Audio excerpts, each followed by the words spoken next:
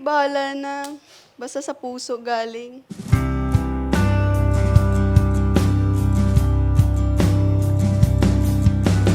Geng-geng ka nga dito. Hirap nga, sir. Baka may singer Sa amin? Di na mahintay masilayan ang iyong labi. Ikaw Nag-my day siya sa Facebook regarding sa sa mga leave. And minessage ko siya parang puti ka pa nakapag-leave parang ganyan. Kasi pandemic parang kami pandemic lover. Oh, dinagat niya ako before pa na magkita kami. hanap mo. Panalangin ko, ako sanang naisip. Kung ano nasa isip ko, minsan yun na din yung nasa isip mo. Na minsan hindi natin kailangan bigkasin yung mga words na yun. Nagigets na natin. Ganun tayo.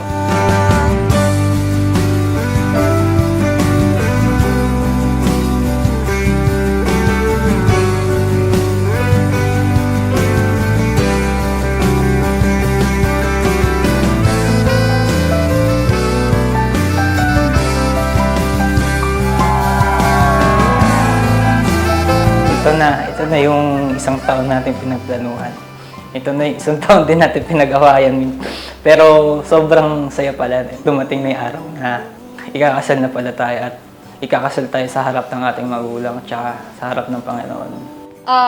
Love, kung hindi man maging perfect yung araw na to, hindi yun yung ina-expect natin.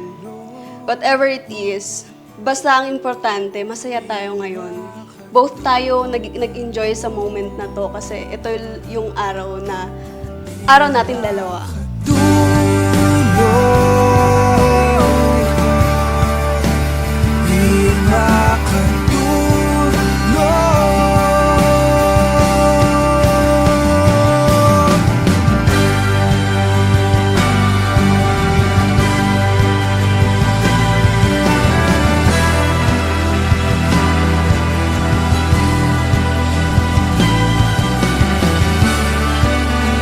Iba pala yung feeling. Kung nung una, masaya, ngayon, sobrang saya. So, thank you kasi nag-prepare ka pa rin ng ganitong event para sa akin. Love, see you later. At sana mag-enjoy tayo sa araw na ito. Love you.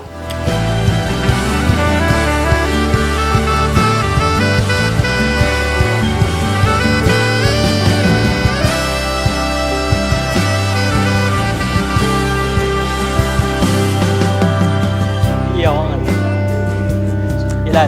Ayusin mo. Ilan? Ano yung ano?